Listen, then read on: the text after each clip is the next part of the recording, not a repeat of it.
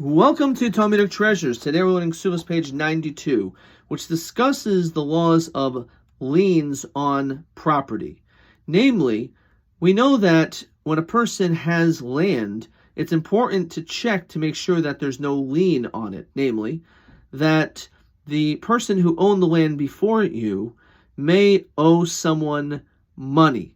And in the event that they're not able to pay that money, so those individuals can come and collect that which is owed to them by confiscating the land. And that becomes obviously quite problematic, because if you're the person that now is the holder of this land and all of a sudden you lost this land, you're not the one that borrowed the money.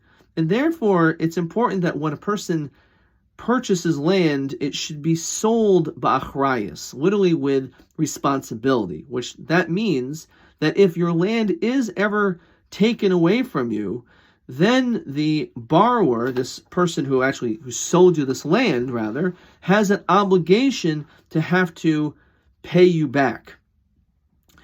And on this, the Talmud says that if you have the situation where this deal was made, that one person sold the land with achrayos, which means that I will definitely pay you the money if the land is taken by someone.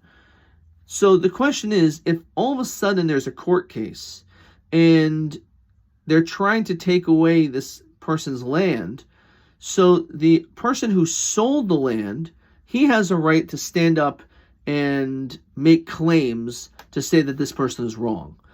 And they cannot say, what are you doing over here? You don't own the land. You sold it already. You have nothing to do with this court case. Because he could say, yeah, you're right, I don't own the land. But if somehow you're victorious and you win this case, then what ends up happening is you're going to take his land and I'm going to have to pay him. So I am directly involved.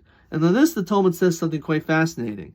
Even if for whatever reason a person would buy the land without this responsibility, namely that if the land was taken away, the person who sold it to you would not have to reimburse you, still in a court case, that man could come up and still make counterclaims against them, saying, no, you have no right to this land, you have no right to confiscate this person's land, the land that I sold to this other person.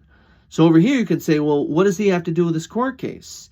He doesn't own the land, and if the land is confiscated, is taken away, since it was sold without responsibility, he has no obligation to have to pay him anything. So there's no loss. So on this, the Talmud says something quite interesting. He says that he's still involved in the case. And the reason is because he does not want this person, we'll call him Shimon, to have complaints against him.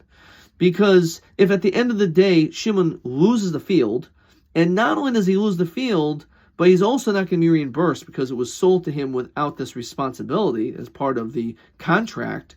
So how do you think Shimon's going to feel about, let's call this person Reuven, the one who sold the land to him?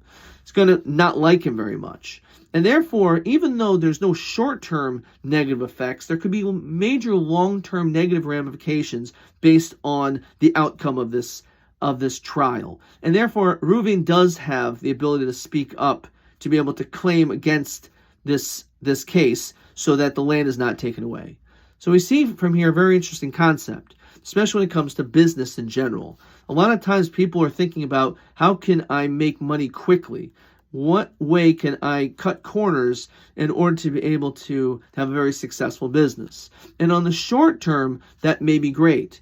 But if at the end of the day, you're going to develop a reputation of being unethical or someone that really does not care about their community, that you don't show social responsibility, corporate social responsibility, so then in the long term, it will have major negative effects. So here the Talmud is teaching us that when it comes to business deals and business transactions, we don't have to just be mindful about the initial transaction, but we also always have to think about potential negative or hopefully positive consequences or ramifications based on the transactions and business dealings that we do today.